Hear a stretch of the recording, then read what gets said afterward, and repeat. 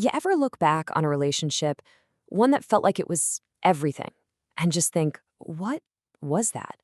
We've all been there. So in this explainer, we're going to cut through all that confusion and really dig into the difference between genuine love and, just intense emotional attachment. Yeah, that question, was it really love? It can stick with you, right? You know you felt something huge, maybe even overwhelming. But when you look back, something just doesn't quite fit. It doesn't add up. And that's really the heart of the problem. It's so easy to mistake intense emotions for the real deal. We mix up attention with affection, or we fall for the idea of someone instead of who they actually are. Look, it's super common. So today, let's get some real clarity. We're going to walk through 6 key signs that maybe, just maybe, what you felt wasn't really love. All right, let's dive in. And I'm telling you, you're going to want to stick around till the end because sign number 6, it's the one people deny the most, but it's a total game changer. Seriously, it's the one that makes everything else just click into place. Okay, sign number 1, the fantasy you built. This one's a biggie. It's all about falling in love with an idea of a person, not the actual real-life human being right in front of you. So what does that mean? It means you weren't really in love with the person they were. Nope. You were in love with the person you thought they could be. You basically built this perfect, idealized version of them in your head, a version that, let's be honest, didn't actually exist in the real world. And this comparison right here, it just lays it all out, doesn't it?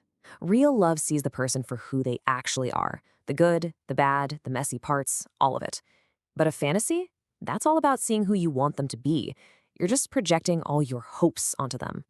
So, bottom line, if you find yourself more attached to their potential than their reality, chances are it was an illusion, not the real thing. And, this idea flows perfectly into our second sign. Which brings us to sign number 2, the void you filled. Oof. This one asks for some real, honest self-reflection. It's about asking yourself what you were really getting out of the relationship. And here's the question you got to ask yourself, and it's a tough one, for sure. Did you love them, or did you just love the feeling of being wanted? Were you drawn to them as a person, or was it really just about getting that hit of validation, that relief from feeling lonely? I mean, look at this comparison. It makes it crystal clear, right? Love is about that deep emotional bond. But this kind of attachment, it's about using someone to relieve your own loneliness. It's about filling a void inside yourself. And that's really the bottom line here. If the main feeling you got from the relationship was just comfort, a distraction from your own emptiness, then you weren't building a real connection. You were just looking for a temporary fix. Okay, so this next part actually pulls together 3 different signs, 3, 4, and 5, because they're all connected by this one central theme. You were playing a role. You weren't being your real, authentic self. So let's break that down. This role-playing thing shows up in a few key ways.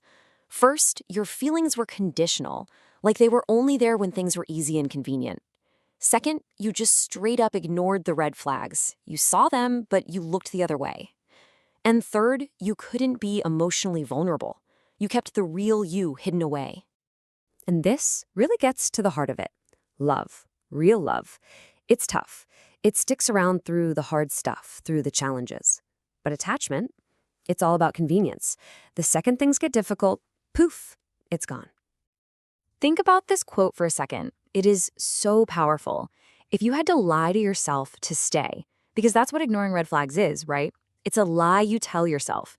You're choosing the temporary good feeling over the hard facts.